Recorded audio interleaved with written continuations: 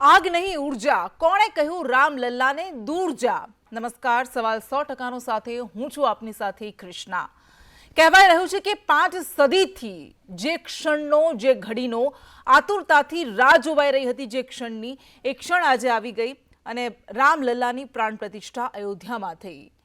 જે જગ્યાએ મંદિર બનવું જોઈએ એ જગ્યાએ જ મંદિર બનાવવામાં આવ્યું છે। યોગી આદિત્યનાથે પ્રાણ પ્રતિષ્ઠા બાદ આ શબ્દો કહ્યા, પરંતુ આ આખો જે મુદ્દો હતો, આજે ધન્ય ઘડી છે એ કરોડો રામ ભક્તો માટે કે જેઓ આતુરતાથી રાહ જોઈ રહ્યા હતા ક્ષણની।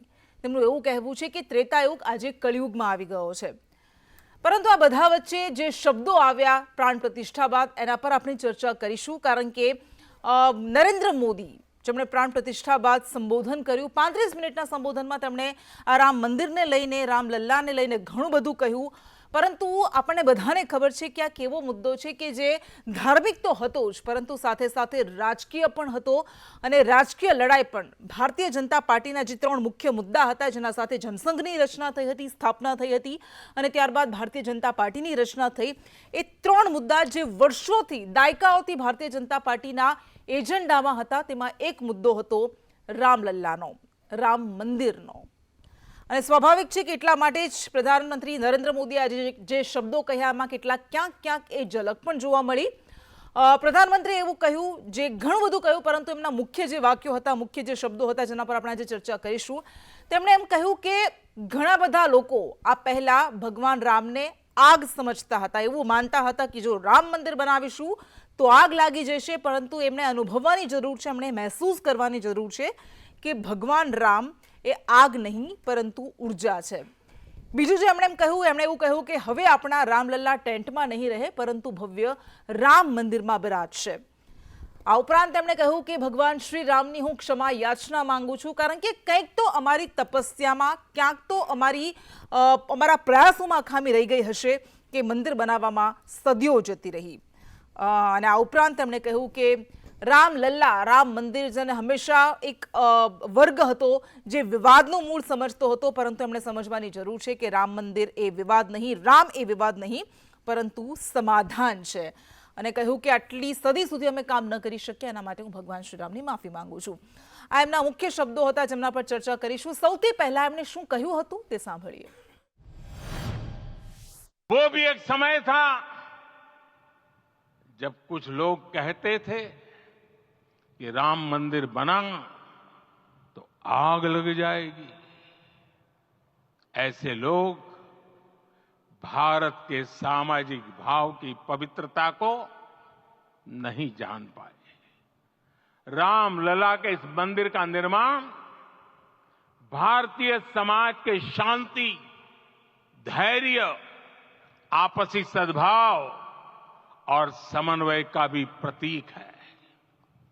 हम देख रहे हैं ये निर्माण किसी आग को नहीं बल्कि ऊर्जा को जन्म दे रहा है। राम मंदिर समाज के हर वर्ग को एक उज्जवल भविष्य के पथ पर बढ़ने की प्रेरणा लेकर आया है। मैं आज उन लोगों से आह्वान करूंगा, आइए आप महसूस कीजिए, अपनी सोच पर पुनर्विचार कीजिए। राम आग नहीं है, राम ऊर्जा है। राम विवाद नहीं, राम समाधान है। राम सिर्फ हमारे नहीं है, राम तो सबके हैं। राम वर्तमान नहीं, सिर्फ वर्तमान ही नहीं, राम अनंत काल है। એટલે પ્રધાનમંત્રી મોદીના આ શબ્દો તમે સાંભળ્યા। યોગી આદિત્યનાથે પણ આમ જેમ શરૂઆતમાં કહ્યું મંદિર ત્યાં જ બન્યું છે જ્યાં મંદિર બનાવવાનો સંકલ્પ લીધો હતો। અને મોહન ભાગવત કે જેઓ આરએસએસના સરસંઘચાલક છે, તેમનું એવું કહેવું છે કે અયોધ્યામાં રામલલ્લા આવ્યા, પરંતુ અયોધ્યાથી બહાર કેમ ગયા હતા? એટલે કેટલાક આવા સૂચક શબ્દો, કેટલાક સૂચક વાક્યો પણ એમના બધાના સંબોધનમાં આવ્યા હતા। ચર્ચા આપણે કરીશું। આપણી સાથે ભારતીય જનતા પાર્ટીમાંથી પ્રવક્તા જ્યોતિબેન પંડ્યા જોડાઈ ગયા છે કે પોતા કે જેઓ રાજકીય વિશ્લેષક છે, તેઓ આપણી સાથે ઉપસ્થિત છે. આ ઉપરાંત જ્યોતિનાથ મહારાજ પણ આપણી સાથે જોડાઈ ગયા છે. આ તમામ સાથે આપણે ચર્ચા કરીશું. જ્યોતિબેન પંડ્યા, આપનાથી શરૂઆત કરીએ. પ્રધાનમંત્રી નરેન્દ્ર મોદીએ જે કહ્યું આપણે શરૂઆતમાં સંભળાવી. એમણે કહ્યું કે ઘણા લોકો આવું માનતા હતા કે રામ મંદિર બનાવવાથી આગ લાગી જશે, પરંતુ એમને આ દેશની ભાવના પર, કોમી એકલાસ પર કદાચ વિશ્વાસ નહોતો. આગ નહીં ઉર્જા છે, વિવાદ નહીં સમાધાન છે. અર્થ શું?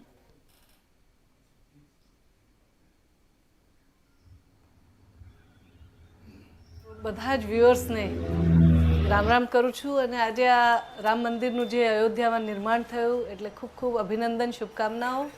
આખો સમાજ અને એક પોઝિટિવ વાઇબ્રેશન અત્યારે આપણે બધાની વચ્ચે જોઈ રહ્યા છીએ. આખા ગુજરાતના ગામડે ગામડે હોય, શહેરોમાં હોય, બધે લોકો ખુશ છે. અને એના મનની અંદર ક્યાંક જે ધીરજ હતી એ ધીરજનો અંત આવ્યો છે. અને આજે ઇંતજારનો અંત આવ્યો અને મંદિરનું શુભમ થઈ ગયું અને લોકાર્પણ પણ થઈ ગયું. માનનીય વડાપ્રધાનજીએ જે કીધું કે શ્રી રામ એટલે ઉર્જા, શ્રી રામને આપણે માનવ સમુદાયમાં, ભારતીય સમાજ સંસ્કૃતિમાં મર્યાદા પુરુષોત્તમ રામ કહ્યા છે. અને એમને સામાન્ય જનજીવનની અંદર એક આદર્શ પુરુષ તરીકે પ્રસ્થાપિત કરવામાં આવ્યા છે. એ ચરિત્ર એવું બતાડ્યું છે કે જે સમાજની અંદર ન્યાય પ્રધાન છે. શ્રી રામનું ચરિત્ર એવું છે કે જે ભક્તિ માર્ગ અને માનવ સંવેદનાઓની સાથે ચાલે છે. શ્રી રામનું ચરિત્ર એવું છે કે જે વધુને વધુ સમાજના લોકોને, દરેકને સાથે લઈને ચાલવા માટે યોગ્ય ન્યાયિક અને રાજનૈતિક પગલાં લે છે. અને સાથે સ્વયં તપસ્યા કરીને, સ્વયં પીડા ભોગવીને પણ પોતાના ધ્યેયને, સિદ્ધિને પ્રાપ્ત કરે છે. તો આ શ્રી રામનું ચરિત્ર એટલા માટે પણ આપણે બધા ભારતીય લોકો માનીએ છીએ, સાચી વાત છે. ત્યાગની ભૂમિકાને મહત્વ આપવામાં સવાલ એ આવે હતો કે છે. ભગવાન રામે આગ નહીં ઉર્જા ઉત્પન્ન ક્યારે થાય કે સમાધાન છે, તો આ ઈશારો કોના તરફ હતો? આ તંજ તો કસાયો છે. જે લોકોને નકારાત્મક ઉર્જા અને જેમના પોતાના વાઇબ્સ નેગેટિવ છે એમને સમજાવી રહ્યા છે માનનીય વડાપ્રધાન કે ઉર્જા તરીકે આજે યુવાનોમાં શક્તિ સ્વરૂપે જોવા મળશે. અને દરેક તંત્રની અંદર માનવ સંવેદના સાથે ચાલતો આ ભારત દેશનો ચરિત્ર છે. અને શ્રી રામ એ મર્યાદા પુરુષોત્તમ તરીકે દરેકના આદર્શ છે. અને એ જ રીતે આવનારા સમયમાં આ દેશ ઉર્જાવાન થશે. અને દુનિયાભરમાં રહેલા ભારતીય અત્યારે જોઈ રહ્યા છે કે આ જે પોઝિટિવ વાઇબ્સ છે, આ જે સકારાત્મક ઉર્જાઓ છે, એ બધે પ્રસ્થાપિત થઈને આ દેશની અંદરથી બદીઓ, નકારાત્મકતા અને બધી જે ખરાબીઓ છે એ આપણે સ્વચ્છ કરવાની છે. અને દેશને ફરી એકવાર મારો સવાલ ફરી પાછી હું સવાલ પર આવું છું કે એમણે જે આ શબ્દો કહ્યા કે આગ નહીં ઉર્જા છે, તમારે સમજવું પડશે કે વિવાદ નહીં સમાધાન છે, એટલે તમે જે રીતે જવાબ આપી રહ્યા છો, તમને લાગે છે કે કોઈ રાજકીય પક્ષ માટે આ શબ્દો નહોતા કહ્યા કે કોઈ રાજકીય નેતા માટે આ શબ્દો નહોતા વાત છે? જો રાજકીય પક્ષો ક્યાંક વિરોધ કરીને ઘેર બેસી રહ્યા હોય, ક્યાંક ને ક્યાંક આપણે જોયું કે ઘણા લોકોએ જાત જાતના વિવાદ કરીને મંદિરને અને આ બની રહેલી ઘટનાને, આ ઐતિહાસિક ઘટનાને, ક્ષણોને નકારાત્મક રીતે વલણ કર્યું અને પોતાના ઈગોને આગળ લાવીને ઊભો કરી દીધો. તો એ લોકોને રાજનીતિ વચ્ચે લાવવાના બદલે આ દેશના જન સમુદાયની ઉર્જા, આ દેશની અંદર રહેલી સંવેદના ભાવનાને સમજવાનો ઈશારો છે કે આ પોઝિટિવ વાઇબ્સને સમજો, નહીં તો દુનિયા સમાજ તમને પાછળ મૂકી દેશે અને આ દેશની જનતા આગળ નીકળી જશે શ્રી રામને અને એમના આદર્શોને લઈને. અને આ ઉર્જાના વડે દેશ આગળ વધવાનો છે, વિકસિત થવાનો છે અને દુનિયાભરમાં વિશ્વગુરુની જેમ સ્થાપિત થશે. જે વ્યક્તિ જન આસ્થાને સમજશે એને જનતા સ્વીકારશે. માનો કે ન માનો, પરંતુ રાજકીય લડાઈ આ થવાની છે. અને આજે આ રામ મંદિરની પ્રાણ પ્રતિષ્ઠા પૂરી થઈ છે, પરંતુ એની ગુંજ 2024ની લોકસભા ચૂંટણી સુધી સંભળાવવાની છે. તમને પણ ખબર છે, મને પણ ખબર છે, જનતાને પણ ખબર છે. તો યોગી આદિત્યનાથે પણ જે કહ્યું હતું, આજે જે આ શબ્દો આવ્યા, સૂચક શબ્દો, આપણે લાગે છે કે આ વિપક્ષ તરફ સીધો પ્રહાર હતો અને આ રાજનીતિ સાથે જોડવાની કોશિશ હતી?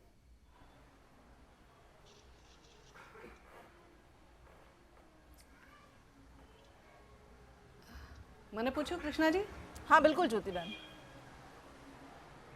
Hello, am I audible? હા હા હા હા કૃષ્ણાજી, આ યોગીજી પણ એ જ સંદર્ભમાં બોલ્યા હતા. કારણ કે ઘણા બધા લોકોએ પોતાના નાના સુલ્લક આઈડિયાથી, જો પહેલો સબ્જેક્ટ માનનીય મોદીજી એમ કીધું કે હવે રામલલાને ટેન્ટમાં નહીં રહેવું પડે. જ્યારે પોતાના નિજ મંદિરમાં આજે રામલલા આવ્યા છે એનો અર્થ એ થાય છે કે ઘણા વખતથી રામલલા એમના મંદિરની બહાર હતા. જ્યારે કોઈ એક માણસને 5 દિવસ 2 દિવસ કે એક રાત્રિ પણ ઘરની બહાર રહેવું પડે છે ને તો એ મન માટે એક દુઃખદ ઘડી હોય છે. અને એ દુઃખ, એ સમજ એ દરેક ભારતીયના મનમાં હતી.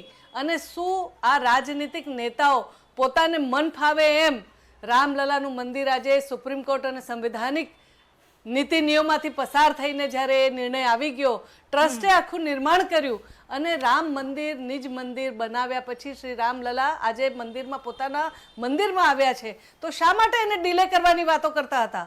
અને અમે લોકો સીધી રીતે એમ પૂછવા માંગીએ છીએ વિરોધીઓને કે શું તમને આ ભારત દેશની જનતાનું મન નથી સમજાતું? શું તમને એમની કદર નથી? તો આ જ જનતા તમને પણ જાકારો આપી દેશે.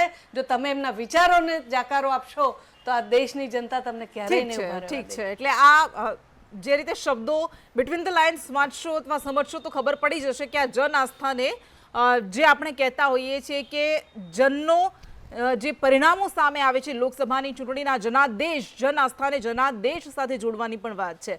જ્યોતિનાથજી મહારાજ આપની પાસે આવ્યા, સંપૂર્ણ એક ધાર્મિક આધ્યાત્મિક અવસર હતો, પરંતુ આપણે જોયું કે રાજનીતિ પણ એમાં વચ્ચે આવી જ ગઈ છે ને રાજકીય પણ બની જ ગયો હતો.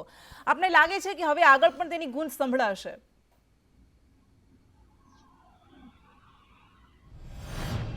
હા, 100%. કોઈ પણ વસ્તુ જ્યારે આવી રીતે થતી હોય ને ત્યારે એનો પાછળ આજે તમે જુઓ તો વર્ષોથી ભારતીય જનતા પાર્ટી પોતે જ્યારે બી ઇલેક્શન લડતી હતી ત્યારે એક એજન્ડા હતો કે રામ મંદિર બનશે, ઇલેક્શન એજન્ડામાં હતું. અને ત્યારે હવે સાકાર થયું છે તો બટ નેચરલ છે કે એજન્ડા સફળ થયો હોય તો તેનો લાભ 100% ખાશે. અને બેઝિકલી જે વિરોધ કર્યો છે જે પક્ષોએ કે જે લોકોએ તેને પણ ખ્યાલ આવી જશે કે ભાઈ પ્રજાનો વેવ કઈ બાજુ છે. કારણ કે આ આખી મેટર પ્રજાના વેવ સાથે જોડાયેલી છે. એમ બંનેના શબ્દ પ્રમાણે તમે જુઓ તો પ્રજાનો વેવ જ્યાં છે ત્યાં તમે નથી જતા, એટલે અમે લોકો એ બાજુ જ ચાલીએ છીએ, પ્રજાની ઈચ્છા પ્રમાણે કરીએ છીએ. તમે પ્રજાના વેવને નથી સમજતા. આ જ વાત કહી અને સીધો લાભ લેવાની કોશિશ છે. ઓકે, કે પોટા સાહેબ આપની પાસે આવે, જ્યારે આ ભારતીય જનતા પાર્ટી એવું બતાવવાની કોશિશ કરી કે વિપક્ષ ખાસ કરીને કોંગ્રેસે રામ વિરોધી છે અથવા તો હિન્દુ વિરોધી છે કારણ કે તેમણે આમંત્રણમાં આવવાનો, પ્રાણ પ્રતિષ્ઠા મહોત્સવમાં આવવાનો અસ્વીકાર કર્યો, એટલા માટે તેઓ વિપક્ષ હિન્દુ વિરોધી છે. પરંતુ સામે પક્ષ વિપક્ષ દ્વારા એવું કહેવામાં આવ્યું કે 1986માં રામ મંદિરના જે તાળા ખુલ્યા હતા અને શિલાન્યાસની વાત થઈ હતી એ તો રાજીવ ગાંધીએ જ કર્યું હતું, એમના સમયમાં જ થયું હતું.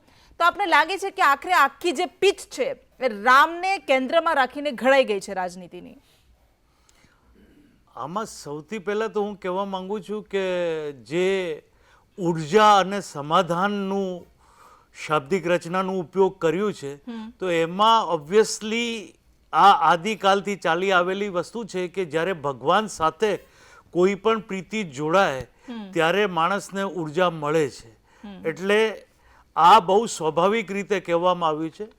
સમાધાન એટલે માણસ જ્યારે ભગવાન પાસે જાય અને ત્યારે કોઈ પ્રાર્થના કરતા હોય અને એ પ્રાર્થનામાં તેઓને પ્રાર્થના સાંભળવામાં આવે તો પોઝિટિવ સમાધાન થાય. અને એને એ પ્રાર્થના જો પરિપૂર્ણ ન થાય અને એને લાગે કે ભગવાને મારી વાત સાંભળી નહીં તો નેગેટિવ રીતે એ એક્ટ કરી શકે. હવે અહીંયા આપણે જે કંઈ પણ આજે વક્તવ્ય આપવામાં આવ્યા એને પ્રભુના અસ્તિત્વ, ભક્તિ, આસ્થા અને શ્રદ્ધા સાથે પણ જોડવા પડશે.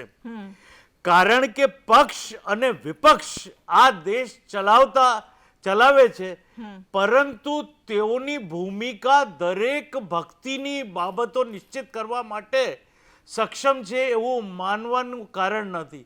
કારણ કે વ્યક્તિ નાગરિક તરીકે એની પણ શ્રદ્ધા હોઈ શકે, આસ્થા હોઈ શકે અને એ પણ ઉર્જા પ્રાપ્ત કરી શકે.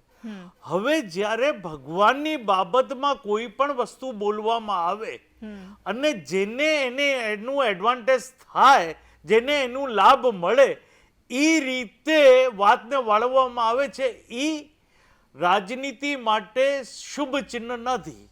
કારણ કે ભગવાનનો ઉપયોગ જે હમણાં સુધી થયું હોય તો એની જગ્યા મુબારક અને જે થઈ ગયું. પણ આજે જે પ્રાણ પ્રતિષ્ઠાનો ઉત્સવ ઉજવાયો અને એના કારણે જે ભારતીય સંસ્કૃતિના ભારતીય સભ્યતાને એક રામ દર્શનની સુનહરી તક અને ઇતિહાસ સાથે જોડવાના જે પ્રયાસો થયા છે એને આગળ વધારવાની વાત છે, નહીં કે આ જ બાબતને ખેંચવાની કે આ જ બાબતને વિરોધની સ્થિતિમાં લાવવાની જે પ્લેટફોર્મ તૈયાર કરવામાં કે આવતું પુટા હોય આજ તમે જ્યારે કહી રહ્યા છો, પ્રધાનમંત્રીએ એવું પણ કહ્યું કે અત્યાર સુધી અયોધ્યા એ વિધ્વંસ સાથે અથવા તો બરબાદી વિનાશ સાથે હિંસા સાથે એનું પ્રતીક માનવામાં આવતી હતી. અયોધ્યાની કોઈ વાત કરે એટલે સીધું એ યાદ આવતું હતું, પરંતુ હવે વિનાશની જગ્યાએ સર્જનાત્મકતા સર્જન યાદ આવશે.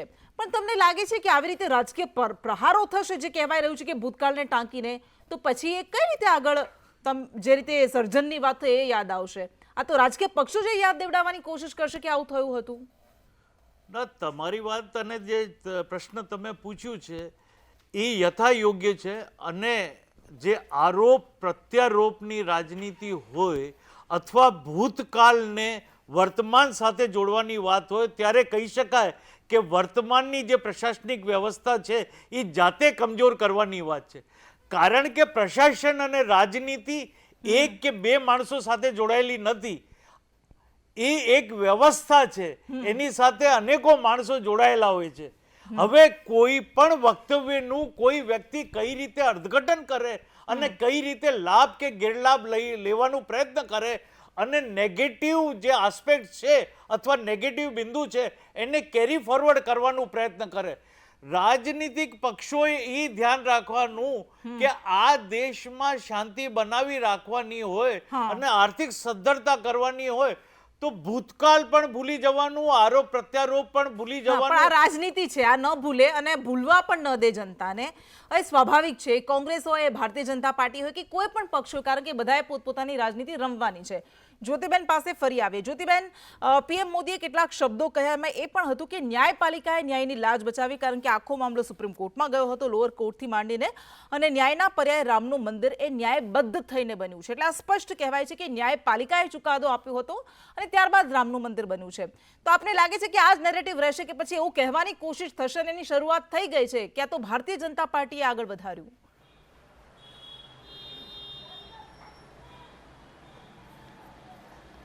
જે ઇન્ટરપ્રિટેશન છે બધા પોતપોતાની રીતે કરે છે કૃષ્ણાબેન, પણ આમાંથી બે વસ્તુ સ્પષ્ટ છે, સ્વયં સિદ્ધ છે કે ભારત દેશ દુનિયાની સૌથી મોટી લોકશાહીમાંનો એક દેશ છે. કદાચ અમેરિકા કહેતા હોય કે we are the most big democracy, but we are one of the biggest democracy as far as our population is concern.